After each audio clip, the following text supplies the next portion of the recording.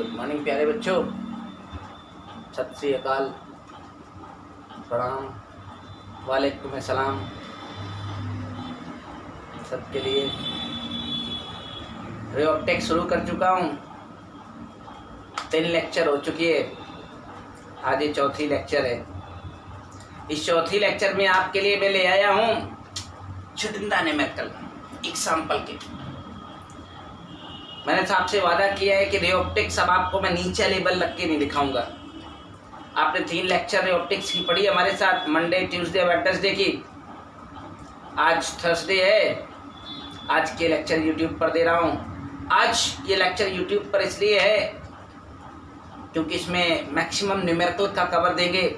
बाकी जिन बच्चों ने थ्योरी पढ़ी है उनके लिए न्यूमेरिकल बहुत बेनिफिशियल होंगे। तो आज की न्यूमेरिकल एक बहुत ज़बरदस्त क्वेश्चन से शुरुआत करता हूं आपकी। वो न्यूमेरिकल IIT एडवांस 2010 था। आपको देखा होगा कि इस चैप्टर में मैंने 2010 के सवाल टारगेट किए हैं। जेईई एडवांस 2010 था।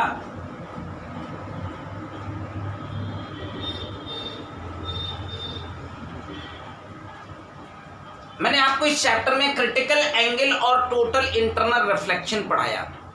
मैंने तो आपको बताया कि क्रिटिकल एंगल और टोटल इंटरनल रिफ्लेक्शन को अगर समझना है तो आपको किसी न्यूमेरिकल से करना होगा, वरना तो डेफिनेशन तो बहुत अच्छी से समझ में आ गई थी। जब कोई प्रकाश की किरण सघन माध्यम से विरल माध्यम में जाती है तो अभिलंब से दूर हटती है। अभिलंब से कभी कभी इतना दूर हटती है कि एंगल ऑफ रिफ्लेक्शन एग्जैक्ट 90 हो जाता है, तब का आपतन कोण ही क्रांतिक कोण कहलाता है। Critical angle is that angle of incidence in denser medium by which angle of reflection in rare medium is exact 90 is called critical angle. सुना क्रिटिकल एंगल के बाद मैंने टोटल इंटरनल रिफ्लेक्शन समझाया अपने बच्चों को। बच्चों ने कहा गुरुजी अगर मान लो angle of incidence denser medium में क्रिटिकल से ज्यादा हो जाता है तो ये रे अपनी मीडियम में बैक जाने लगेगी। हो रहा था रिफ्लेक्शन, शुरू हो गया रिफ्लेक्शन, इसी को कहलाया टोटल इंटरनल रिफ्लेक्शन। तो ये 2 फिनोमेना के ऊपर 2 जबरदस्त न्यूमेरिकल है। मैंने अपनी जिंदगी में कभी इससे अच्छे सवाल नहीं देखे हैं। जो 2 क्वेश्चन आपको मैं बताने जा रहा हूँ, एक जेईई एडवांस 2010 है, एक क्वेश्चन IIT मेंस 2009 है। आप देखिए हमने आपको कितना डीपली कितना बढ़िया से बताया था, उसका परिणाम है कि आप इन सवालों को लगा सकते हैं। मैं क्वेश्चन पढ़ता हूँ। बोला एक 4 फेज का 4 फलकों वाला प्रिज्म है। एक 4 फलकों वाला प्रिज्म है। प्रश्न में इस प्रिज्म का डायग्राम बनाया गया था, जिसमें दिखाया गया था कि ये एंगल 60 डिग्री है, ये एंगल 90 डिग्री है, ये एंगल 75 डिग्री है, ये एंगल 135 डिग्री है। वो अपने आप ही हो जाएगा। ये क्वेश्चन में दिया गया था। मैं आज आपको क्रिटिकल एंगल और टोटल इंटरनल रिफ्लेक्शन पढ़ाना चाहता हूं। एक ये सवाल देखिएगा, 15 मिनट का वक्त जरूर मैं आपको लूंगा, लेकिन राय क्लियर कर दूंगा इस न्यूमेरिकल से आपके लिए। इसके टक्कर का न्यूमेरिकल मैंने अपने जीवन में रे ऑप्टिक्स में दूसरा नहीं देखा। मैंने बहुत फिजिक्स पढ़ाई, 20 साल लगातार पढ़ाया, तो 20 सालों में मैंने इससे बेहतर सब क्वेश्चन रे ऑप्टिक्स का अब तक नहीं पाया है रियली। चलिए, क्वेश्चन में बताया गया है कि इस फेस का नाम AB है, इस फेस का नाम CD है। बोला एक प्रकाश की किरण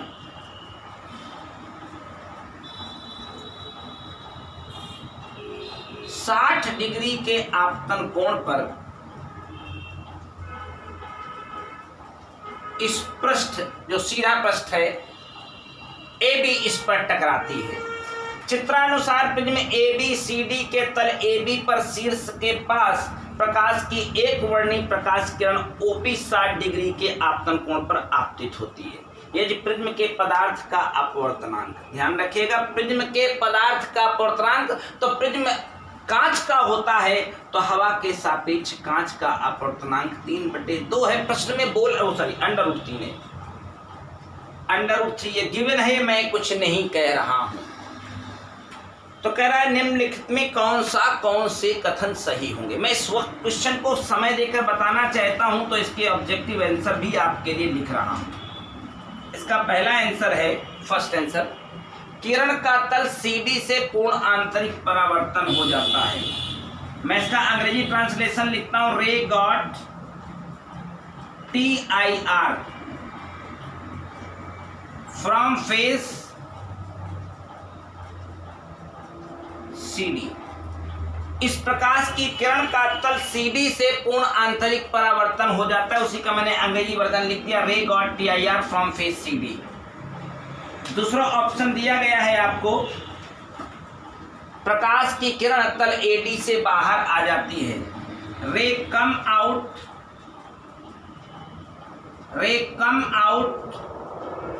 फ्रॉम फेस AD। प्रकाश की किरण जो ये घुसी है तल AD से बाहर आ जाती है, एक ऑप्शन ये है। तीसरा ऑप्शन है, angle between incident ray and emergent रे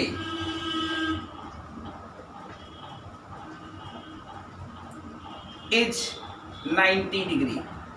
और एक चौथा ऑप्शन है, सेम स्टेटमेंट लिखा है, angle between incident ray and emergent रे इज 120 डिग्री। ये 4 ऑप्शन का क्वेश्चन है। इसका एक आंसर सही हो सकता है, 2 सही हो सकते हैं, चारों सही हो सकते हैं। शुरू करें। आज आपको ये क्वेश्चन सिखा देगा कि ये TIR और क्रिटिकल एंगल होता क्या है। और मैंने बार बार आपको पिछले 3 दिनों एक जोर दिया है रे ऑप्टिक्स की रियलिटी को समझने के लिए। आज मैं वो पूरी रियलिटी और क्रिटिकल एंगल TIR के बारे में डिटेल डिस्कशन करूंगा, मजा आ जाएगी। आइए मेरे साथ।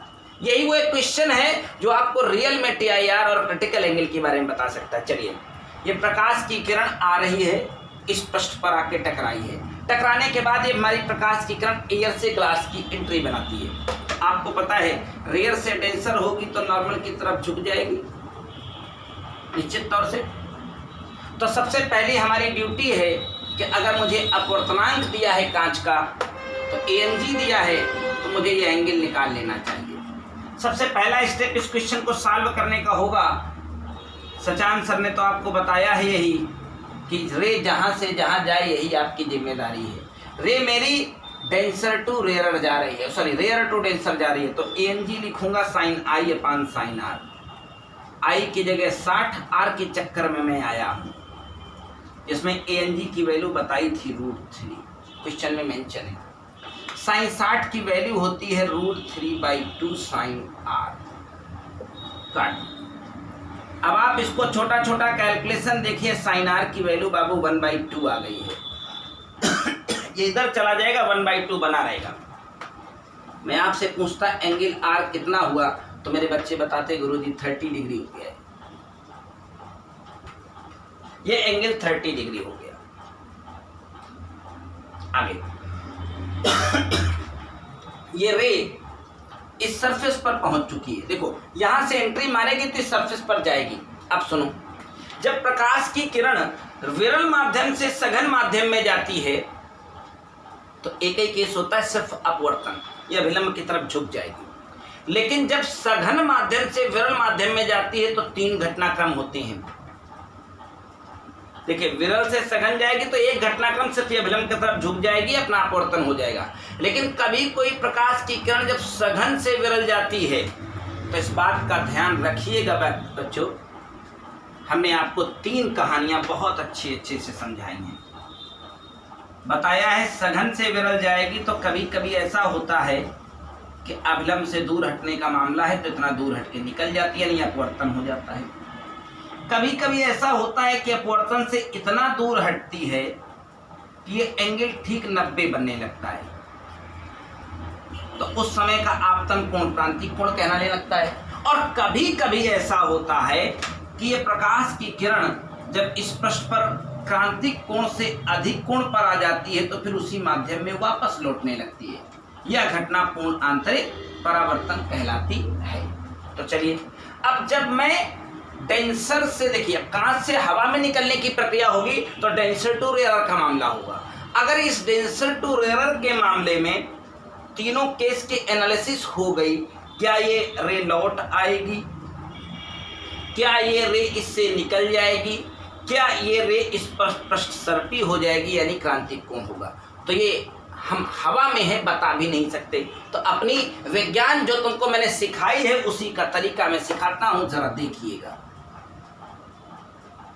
सबसे पहले इस पृष्ठ से अपवर्तन हो रहा है तो उस पर एक लंब डलवाइए, क्योंकि अभिलंब ही रिफ्लेक्शन और रिफ्रैक्शन दोनों का माई बाप है। हम तो कहते हैं पूरे रे ऑप्टिक्स का माई बाप यही अभिलंब है। तो अब जो बच्चे हमारे मैथ्स में इंटरेस्ट लेते हैं वो बच्चे मुझे इस एंगल के बारे में बताएं कितना होगा। तो कुछ अभी उल्लू बन के बैठ जाएंगे, अभी ये क्या हो गया, थोड़ी बुद्धि लगाओ। ये एंगल 30 आया था, ये एंगल 90 अवश्य होगा। हाँ लंब पड़ा है तो 90 तो होगा ही करेगा।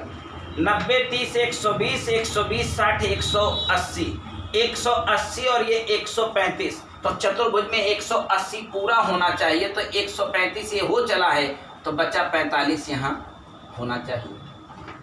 अरे ये 90 30 120 60 180 180 और 180 इन दोनों को जोड़ने तभी तो 360 होगा। तो एक चतुर्भुज पूरा हो रहा है तो इस कोण को 45 कहोगे। आपको पता है कि अभिलंब पड़ा है तो ये कोण भी 45 ही हो जाएगा। अरे ये 45 आया है, ये इस पृष्ठ पर लंब है तो ये भी 45 हो गया। यानी अब मेरी प्रकाश की किरण जब डेंसर टू रेयर अर्थात कांच से हवा में जाएगी तो उसका आपतन कोण मुझे पुनः पता चल गया है। अब इस आपतन कोण को उसी स्नेल, माई बाप उसका स्नेल ही है, उसी में रखें, देखें, चेक करें साइन आर के क्या हालात बनते हैं। तो अब की बार इसका सेकंड स्टेप शुरू होगा।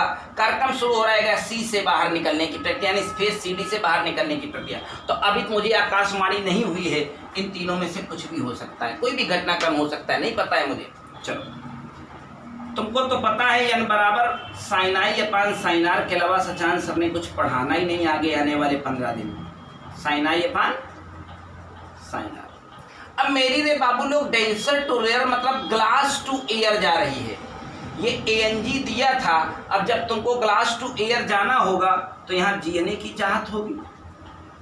बोलो मैं कोई गलत बात नहीं कर रहा हूं। जब जीएनए चाहिए होगा तो एएनजी अगर √3 है तो जीएनए कितना हो जाएगा 1/√3 साइन आई। देखिए मैंने कहा सचान सर एक ही बात बताएंगे, n बराबर हमेशा sine i upon sine r, और दुनिया में ना कुछ लिखा गया ना कोई सत्य है, बाकी सब मिथ्या है। n बराबर sine i upon sine r, और n की जगह पर क्या वो स्पेसिफिकेशन कर लेंगे आप कि मेरी रे डेंसर टू रेयर मतलब ग्लास टू एयर जा रही कि एयर टू, जहां से जहां जा रही उसे आप रिप्रेजेंट करें। तो मैं ग्लास टू एयर जा रहा था तो जीएनए लिखा, साइन आई की जगह देखो ये इस पृष्ठ का आपतन कोण है। अभी देखिए मैं ये नहीं बना पाया हूं कि इसका अपवर्तन हो जाएगा, मैं ये भी नहीं बना पाया हूं कि इसका पृष्ठसर्पी हो जाएगा, मैं ये भी नहीं बना पाया हूं कि इसका पूर्ण आंतरिक परावर्तन हो जाएगा। अभी मैं पता ही नहीं लगा सकता, अब पता लगने वाला है। आई की जगह 45, आई की जगह साइन आर मैंने कैलकुलेट किया तो साइन आर की वैल्यू मिलने वाली है, इसमें साइन 45 की वैल्यू 1/√2 सॉरी, ये √3 ऊपर चला जाएगा तो यहाँ √3।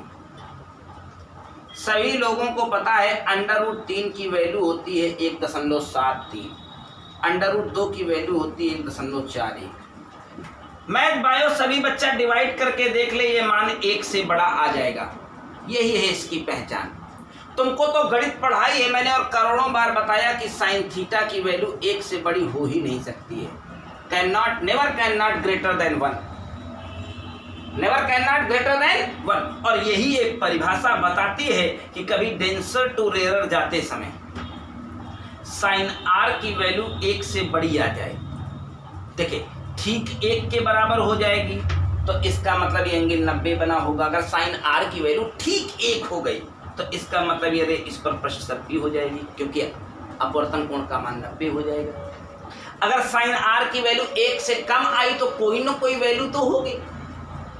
अगर साइन आर की वैल्यू 1 से कम आ गई तो साइन थीटा का सभी मान 1 से छोटा होता है, तो 1 से कम कोई वैल्यू होगी तो ये अभी होता हुआ निकल जाएगा। लेकिन कभी भी जिंदगी में जब डेंसर टू रेयरर जाए और साइन आर की वैल्यू ग्रेटर देन 1 आ जाए, देख लो इसको भाग देके 1 से बड़ी हो जाएगी, ग्रेटर देन 1 आ जाए तो एक बात माइंड में सेट कर लीजिएगा आज से, यही है वो क्रिटिकल एंगल के बाद टोटल इंटरनल रिफ्लेक्शन की कहानी। क्योंकि साइन आर की वैल्यू पा ही नहीं सकते, आप कैलकुलेटर में डाल के देखना इधर बता देगा। यानी साइन का मान बाबू 1 से बड़ा होता ही नहीं है, मतलब ना ही अपवर्तन होगा ना ही ग्रेजिंग होगा। तो अपवर्तन नहीं होगा, ग्रेजिंग नहीं होगा तो क्या होगा? आप बोलेंगे पूर्ण आंतरिक परावर्तन होगा। जब परावर्तन होगा तो परावर्तन का नियम लगेगा, तो इसी जगह से ये रे वापस आ जाएगी। और परावर्तन का तो अपना नियम होता है, जितना आपतन कोण होगा ऑटोमेटिक उतना परावर्तन कोण हो जाएगा। चलिए इस जगह थोड़ी सी एक रोशनी डाल देता हूँ आपकी कंसेप्ट के ऊपर। हम कल पढ़ा रहे थे जब क्रिटिकल एंगल, तो हमने बताया कि जैसे मान लीजिए कांच का क्रांतिक कोण 42 डिग्री है, तो जब तक ये 42 डिग्री था क्रांतिक कोण तक था, तब तक तो ये पृष्ठ सर्पी थी। आप कहते हैं कि अगर तनकव ये कोण अब 42 से 43 हो जाए तो ये रे उसी माध्यम में वापस जाने लगी। तो कुछ बच्चों को कंफ्यूजन होता है कि गुरुजी मान लीजिए इसको 1 ही डिग्री बढ़ाएंगे तो क्या ये 1 ही डिग्री में ऐसे निकलेगा? नो, क्योंकि अगर ये रे जरा सी एंगल बढ़ाई तो अब ये इस मीडियम में जाने लगेगी, तो फिर उसी माध्यम में वापस जाने में परावर्तन होता है, और परावर्तन का नियम होता है आपतन कोण का मान परावर्तन कोण के बराबर होता है। तो अब आप इसे 1 डिग्री डाउन करें, 2 डिग्री करें, 3 डिग्री करें, अगर ये इसी माध्यम में वापस जाने लगी है तो आपतन कोण का मान परावर्तन कोण के जस्ट बराबर होगा। तो हमने देख लिया कि साइन आर की वैल्यू ग्रेटर देन 1 हो गई है, तो इसका मतलब इस पृष्ठ से इसका पूर्ण आंतरिक परावर्तन हो जाएगा। तो इस पृष्ठ से इसका पूर्ण आंतरिक परावर्तन हो जाएगा, तो आपतन कोण अगर 45 था तो परावर्तन कोण भी 45 होगा। इसका मतलब एक फर्स्ट आंसर बिल्कुल सही हो गया है। रे got TIR from face CD, तल CD से इस प्रकाश की किरण का पूर्ण आंतरिक परावर्तन हो जाता है। First answer is correct. चलिए इन 2 स्टेप की मेहनत ने मेरा पहला आंसर करेक्ट किया है। आगे बढ़ता हूं, सुनो। अब ये प्रकाश की किरण यहां पहुंच गई है, ऐसे वापस आ गई तो यहां आ गई है, यहां फिर अपवर्तन का जुगाड़ ढूंढेगी। इस जगह आने के बाद फिर ये अपवर्तन का जुगाड़ ढूंढेगी कि यार इसका रिफ्लेक्शन होना चाहिए। देखिए अब प्रकाश की किरण हवा से कांच में एंट्री मारी, अब कांच से हवा में निकलने की कोशिश कर रही थी, तो मैंने तीनों घटनाक्रम की तलाश की थी। अगर ये निकल जाती तो आर की वैल्यू कुछ न कुछ आ जाती, अगर ये प्रसर्पी होना होता है, ग्रेजिंग होना होता तो आर की वैल्यू साइन आर की वैल्यू ठीक 1 आती। अब क्योंकि साइन आर की वैल्यू ग्रेटर देन 1 आ गई तो रिफ्लेक्शन तो हो ही नहीं सकता है, तो ये भागने लगी वापस। तो ये 45 तो ये 45। अब सब बच्चे मुझे कैलकुलेट करके बताएं ये एंगल कितना है। हाँ और क्या, जब ये प्रकाश की किरण यहाँ पहुंच रही है तो आप अभिलंब डालेंगे, नॉर्मल ड्रॉ करेंगे, तभी तो आपको पता चलेगा इसका क्या कार्यक्रम होना है। बिना नॉर्मल के ये नॉर्मल बिल्कुल उसी तरह जैसे शादी में पंडित जी, अब पंडित जी ना हो शादी कर ले, हाँ भगा ले जाओ वो दूसरी बात है। अगर शादी करनी है तो पंडित जी का आना बहुत मस्त है, भगा के ले जाने में पंडित जी की ज्यादा जरूरत नहीं पड़ती, तो तुम भगा के लेने तो आए नहीं हो। प्रॉपर चैनल से पूरे रीतो रिवाज के साथ जाइए, नहीं मर जाइएगा, समाज तुम्हें स्वीकार नहीं करेगा। तो अब बिना अभिलंब डलवाए, बिना पंडित बुलवाए शादी आगे नहीं होगी। तो अब कार्यक्रम फिर ये यहां से यहां आने का है। इस एंगल को बताइए हमें भैया, जब आपकी ये प्रकाश की किरण यहाँ आ गई तो इस पृष्ठ के लिए आपतन कोण होगा, एंगल ऑफ इंसिडेंस।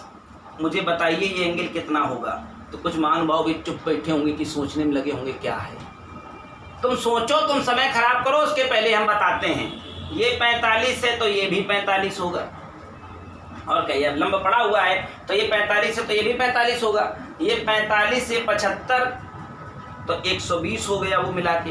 तो वो पूरा करने के लिए 180 चाहिए तो ये 60 हो गया। अगर ये इतना ये वाला 60 हो गया तो छोटका 30 ही तो बचेगा, क्योंकि इस पृष्ठ पर ये लंब पड़ा है। तो फिर तल AD के लिए आपतन कोण का मान 30 डिग्री हो गया।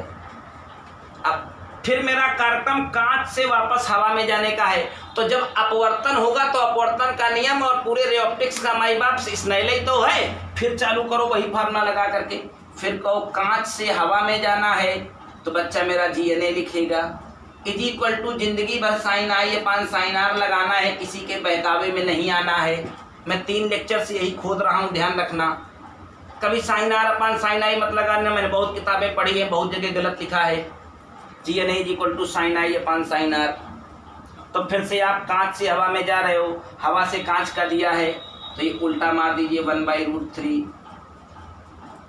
आई की एंगल वैल्यू बाबू 30 है, साइन 30 की वैल्यू 1/2 होती है साइन आर। मैंने कहा ये साइन आर की वैल्यू कैलकुलेशन के बाद तय करेगी कि वह अपवर्तन हो रहा है या पृष्ठ सर्पी हो रही है यानी क्रांतिक कोण बन रहा है या वापस लौट रही है, ये यही साइन आर तय करता है। अब बच्चा लोग जरा साइन आर निकालवाइए।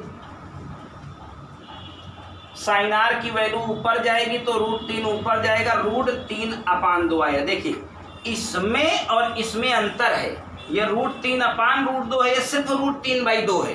तो अगर अंतर है तो पढ़े लिखे आदमी लगभग सभी हैं। देखो चिल्ला पड़ा ना, हमने कहा था साइन आर की वैल्यू तय करती है, तब साइन आर की एक ऐसी वैल्यू आ गई जो मेरे जबान जबान पर है, जन जन में है।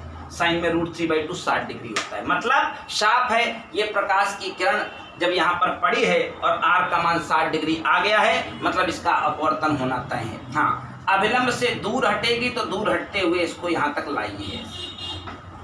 तो देखिए एक और आंसर सही हो गया। पहला आंसर था तल CD से प्रकाश की किरण का पूर्ण आंतरिक परावर्तन होता है, बिल्कुल सही था। यहाँ आई यहाँ से बैक आ गई, इस जगह पर पहुंची तो इससे देखो बाहर निकल आई, लिखा हुआ रे come out from face CD। प्रकाश की किरण तल AB से बाहर आ जाती है तो इसी का नाम AD है। AD से मेरी प्रकाश की किरण बाहर आ गई है। इसके बाद 2 आंसर और हैं, सुनो। अगर मैं इन दोनों लाइंस को पैरेलल मानूं, देखो ये लाइन पैरेलल ही तो है, ये एंगल 60 आ गया है तो ये एंगल 30 होगा। तो मेरी आपतित किरण, देखिए ये आपतित किरण है, इस ग्राउंड लाइन से 60 डिग्री ऊपर है। ये लाइन पैरेलल है और जो निर्गत किरण है जो बाहर निकल रही है, निर्गत किरण जो है वो 30 डिग्री से नीचे है।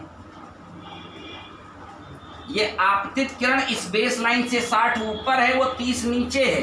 तो मुझे बताइएगा कि आपतित किरण और अपवर्तित किरण के बीच का कुल कोण कितना है? 60 30 90। तो एक आंसर हमारा सही होगा, angle between incident ray and emergent रे। इमर्जेंट माने निर्गत। तो ये मेरी निर्गत किरण थी, तो निर्गत किरण में ये एंगल 30 बना, ये ऊपर को 60 है, ऊपर 60 नीचे 30, कुल मिला के 90। तो angle between incident ray and emergent रे इज 90।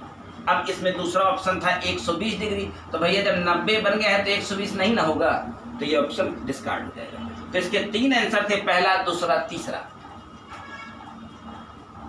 ये थी मेरी रे ऑप्टिक्स की एक रियल कंसेप्ट जो मैंने तुमको क्रिटिकल एंगल और टोटल इंटरनल रिफ्लेक्शन बताने में कहा था कि आपको मैं एक ऐसा क्वेश्चन जरूर लगवाऊंगा जो तुम्हारे दिमाग की बत्तियां जला देगा। ये IIT एडवांस 2010 था। चलिए, आपको मौका मिल रहा है, रोज नहीं मिलेगा ये मौका, कभी कभार लाता हूं। अब आपने देख लिया होगा कि इससे बेहतर क्वेश्चन पूरी रे ऑप्टिक्स में मुझे नहीं मिला है, आपको क्या मिलेगा। चलो आगे बढ़ता हूं, एक और सवाल। एक और सवाल IIT मेंस 2009 से था, ध्यान से सुनिएगा और समझिएगा। क्वेश्चन नंबर 5, IIT मेंस 2009 था। ये एक कांच का सॉलिड सिलेंडर है। ये कांच का जो सिलेंडर है वो बिल्कुल ठोस है। कांच का सिलेंडर जो कि बिल्कुल ठोस है, एक प्रकाश की किरण यहाँ थीटा डिग्री के एंगल पर इंसिडेंट होती है, ये प्रश्न में बोला गया है। और यहाँ से अपवर्तन के पश्चात इस दूसरे पृष्ठ से भी अपवर्तन के पश्चात इस सिलेंडर के ऊपर पृष्ठगामी हो जाती है, यानी ग्रेजिंग हो जाती है, एंगल ऑफ रिफ्लेक्शन 90 हो जाता है। क्वेश्चन सुन रहे हैं? ये कांच की, ठोस कांच की ट्यूब वो है, सिलेंडर है, थीटा डिग्री के एंगल पर एक लाइट रे इंसिडेंट होती है। अब तुमको पता है एयर से ग्लास में जाती है तो नॉर्मल की तरफ बेंड होगी, और बेंड होने के बाद फिर ग्लास से एयर जाएगी, तो क्वेश्चन के अकॉर्डिंग टू एक पृष्ठ सर्पी हो जाती है। मतलब तुम मानो या ना मानो ये एंगल सी है। मैंने तो पढ़ाया है, जब कोई प्रकाश की किरण सघन माध्यम से विरल माध्यम में जाती है और आप विरल माध्यम में अपवर्तन कोण का मान ठीक 90 डिग्री हो जाता है, तो वह आपतन कोण क्या कहलाता है? क्रांतिक कोण कहलाता है। तो कोई इससे इनकार करता हो तो मुझसे मिले ये क्रांतिक कोण है कि नहीं है। अगर यह क्रांतिक कोण है तो ये पिक्चर के अकॉर्डिंग टू 90 है, तो कौन इनकार करता है ये 90 माइनस सी नहीं है? हाँ जी, अगर ये 90 ये सी है तो ये 90 माइनस सी है। मुझसे थीटा का मान पूछा गया था और प्रश्न में बताया गया था कि बेलनाकार ठोस क्षण का अपवर्तनांक 2/√3 है। 2/√3 प्रश्नानुसार बेलनाकार अपवर्तनांक 2/√3। अगर कांच का अपवर्तनांक दिया है तो कांच का हवा के सापेक्ष अपवर्तनांक दिया गया है। आप सुनो, मुझसे थीटा का मान पूछा गया था, तो अब मेरी प्रकाश की किरण हवा से कांच में एंट्री कर रही थी, तो हमने कहा स्नेल लॉ जिंदाबाद। Ang is equal to simply sine i की जगह आज मेरे पास थीटा है जिसकी चाहत में मैं आया हूं, अपान साइन आर की जगह 90 माइनस सी, और साइन 90 माइनस सी के बारे में जानते हैं, कॉस सी होता है। साइन थीटा की जगह साइन थीटा, साइन 90 माइनस सी कॉस सी होता है। Ang ही तुम्हें दिया गया है जो 1/2/√3 है। साइन थीटा के चक्कर में आया हूं, यहाँ कास सी जब तक नहीं मिलेगा तब तक बात नहीं बनेगी। तुमको तो मैं बता चुका हूं n बराबर 1/sin सी, n बराबर 1/sin सी। n की वैल्यू बाबू लोग बताई गई है 2/√3, प्रश्न में है 1/sin सी।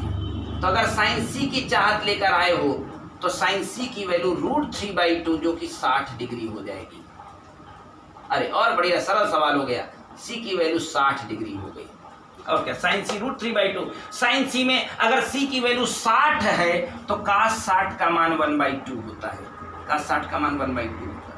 तो 2 साइन थीटा अपान 1, 2 से 2 कैंसिल कर दीजिए। मुझसे इसी साइन थीटा की वैल्यू पूछी गई थी, ये एक सरल सवाल था, बहुत ही सरल सवाल था। तो थीटा की वैल्यू साइन इनवर्स 1/√3 एक ऑप्शन में मौजूद है, जाके चेक कर लीजिए।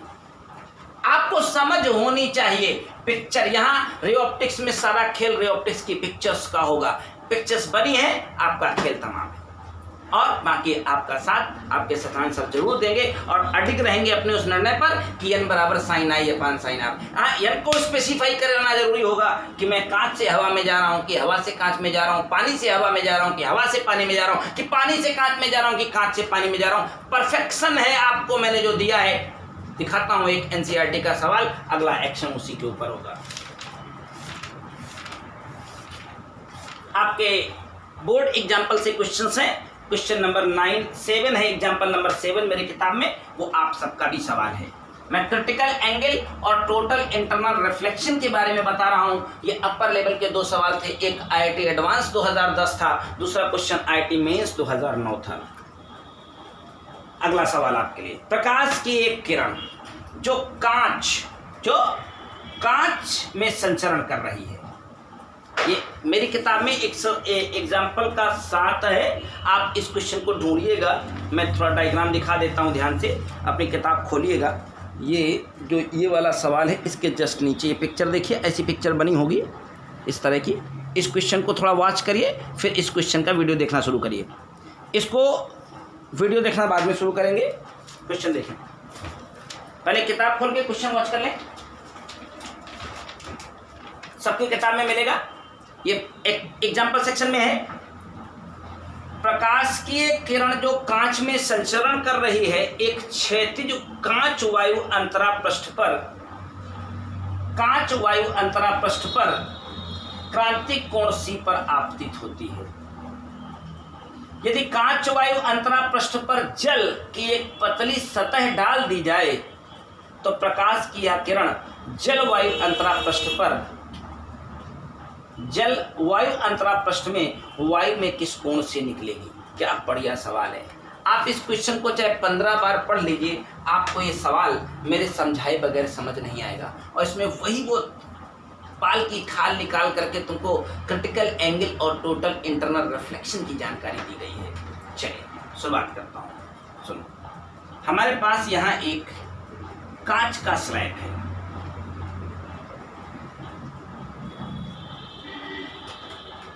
इस कांच के स्लैब में एक प्रकाश की किरण संचरण कर रही थी और वह क्रांतिक कोण पर संचरण कर रही थी, ऐसा प्रश्न में बोला है। और जहां पर n की वैल्यू जिसको ANG लिखा जाता है वो 3/2 गिवन है।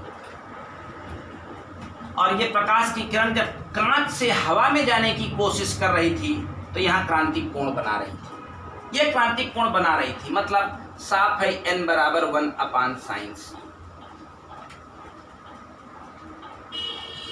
तो sin c की चाहत में अगर मैं आऊं तो sin c = 1/n। यहाँ n का मतलब मैंने बताया था ANG मेरे पास गिवन है तो ये 2/3। मतलब ये एंगल अगर मैं साइन के साथ जाऊं, sin c की वैल्यू चाहूं तो 2/3 होगा। लेकिन क्वेश्चन पढ़िए, उसमें लिखा हुआ है कि अगर ये प्रकाश की किरण हवा से, कांच से हवा में जाती तो ये क्रिटिकल एंगल था, मतलब ये ऐसे पृष्ठ पर ग्रेजिंग होके निकल जाती, पृष्ठसर्पी होके निकल जाती। लेकिन हुआ क्या है, ये पृष्ठसर्पी हो उसके पहले तमाम लोगों ने मिल करके एक एक बाल्टी पानी यहाँ डाल दिया है। काफी मोटी तय पानी की बन गई है। तो मेरी प्रकाश की किरण अगर ये पानी ना होता तो इस पृष्ठ पर ग्रेजिंग होकर निकल जाती, क्योंकि ये सी इशारा कर रहा है कि इसको निकलना था। लेकिन पानी डालते ही क्या हुआ है, ये प्रकाश की किरण अब थोड़ा अपवर्तन होकर के निकल रही है, अब इस पृष्ठ पर पहुंची है। अपवर्तन होकर निकली है, इस पृष्ठ पर पहुंची है, जहां जल का अपवर्तनांक भी दिया है ANW 4/3। जी हाँ, जल का अपवर्तनांक ANW 4/3 दिया है। तो अब पूछा है कि ये प्रकाश की किरण यदि अब यहां से निकलती तो क्या होता। इसका पूर्ण आंतरिक परावर्तन हो जाता, कि ये ग्रेजिंग हो जाती, कि इसके अपवर्तन से अभिलंब से, देखो कांच पानी से हवा में निकलेगी तो अभिलंब से दूर हटेगी, कि अभिलंब से दूर हटते हटते निकल जाती है। तीनों घटनाक्रम हो सकते हैं, क्योंकि मामला है पानी से हवा में जाने का, मतलब डेंसर से रेयर में जाने का। तो अब सुनो, पहला कार्यक्रम तो अब यहाँ आइए। ये बात तो पक्की है कि एंगल C के बराबर था, लेकिन अब मामला बिगड़ ये गया है कि मेरी AC तब तक था जब तक ये कांच था केवल। अब कांच के ऊपर पानी भर दिया है आपने, तो बेसिकली आपकी रे की एंट्री होगी क्लास 2 वाटर। तो कहानी सजान सर की आती है, वो कहती है GNW = तो उस GNW के लिए जो C है वो sin I का काम करेगा अपान sin R। ये एंगल अब sin R कहलाएगा कांच वाटर इंटरफेस के लिए। ये I है और ये R है, तो अब ये GNW हो गया। तो कल मैंने GNW की कहानी सुनाई थी, जो नीचे होता है वो ऊपर चला जाता है, जो ऊपर होता है वो नीचे चला जाता है। आपने क्लास 10th में भी इसे पढ़ा होगा। और sin C की वैल्यू बाबू लोग 2/3 आया है। sin R की चाहत में मैं खुद आया हूँ। ANW की वैल्यू 4/3 है, ANG की वैल्यू 3/2 है। अंदर अंदर बाहर बाहर गर्दा मचा दिया है। 8/9 बराबर 2/3 = sin R। Perfect one concept है, कोई दुनिया में इसका तोड़ नहीं बना है। sin R की वैल्यू बाबू 3/4 हो गई है। sin R की वैल्यू 3/4 हो गई है, यानी ये एंगल जाने अनजाने मुझे मिल गया है। sin R की वैल्यू 3/4 हो गई है। तो कौन कहता है अगर ये R है तो ये भी R नहीं होगा, ये भी R नहीं होगा। तो सुनो, अब मेरी प्रकाश की किरण कहाँ, वो पानी से हवा में जाना चाहती है, पानी से हवा में जाना चाहती है तो बच्चा क्या लिखेगा, WNA। साइन ला जिंदाबाद, स्नेल ला जिंदाबाद, रे ऑप्टिक्स मुर्दाबाद, स्नेल ला जिंदाबाद। स्नेल ला सब कुछ रे ऑप्टिक्स कमाई है, बाप है, दादा है, लगाओ तो दिल से लगाओ जो मैंने सिखाया है।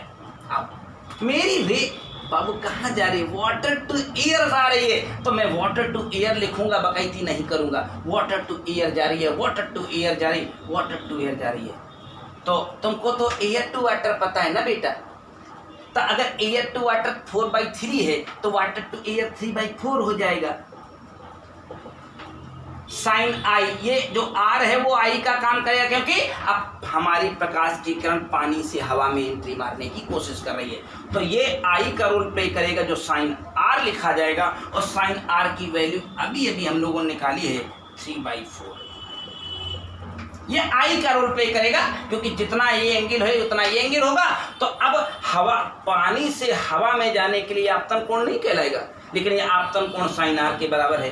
तो अब भैया स्नेल लगा रहे हैं मालिक, अपान इस एंगल को आप आर डैश कह दो, साइन आर डैश, ताकि कंफ्यूजन ना हो।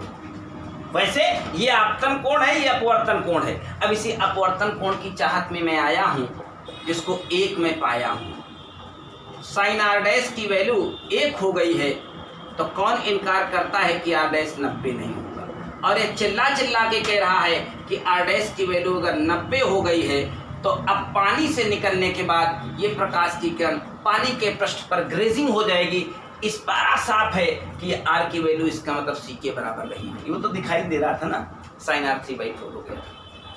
तो उम्मीद करता हूँ ये सवाल सभी बच्चों का फंसा होगा। ऐसे 2 स्टेप में इस क्वेश्चन का सॉल्यूशन आप तक पहुँचाने की कोशिश की है। तो आज के थे टॉप मोस्ट क्वेश्चन जो मैं आपको बताना चाहता था, सिखाना चाहता था। वीडियो अच्छा लगा हो तो एक बार सब्सक्राइब कर लेना, लाइक शेयर कर लेना, सभी दोस्तों को बता देना कि हमारे सचान सर पढ़ाते हैं। अब कोचिंग खुलने वाली है, धीरे धीरे आने की चेष्टा करें। अभी इतना वक्त आपके पास बाकी है कि मैं कम से कम 2 बार तो नहीं, लेकिन 1.5 बार पूरा कर दूंगा। और ऐसे करूंगा जैसे पढ़ाया, ये तो एक सैंपल है। हाँ, कमेंट करना ना भूलें। आप कमेंट करते हैं ना तो मेरा हौसला बढ़ जाया करता है। मुझे लगता है कि मैं एक और वीडियो बनाऊं, जबकि आज तो छुट्टी थी। छुट्टी तो मैं भी काट सकता था। देखो सुबह की क्लास पढ़ाई, एक वीडियो बनाई है, दूसरा ये आ गया। चलिए, दैट्स ऑल, थैंक यू।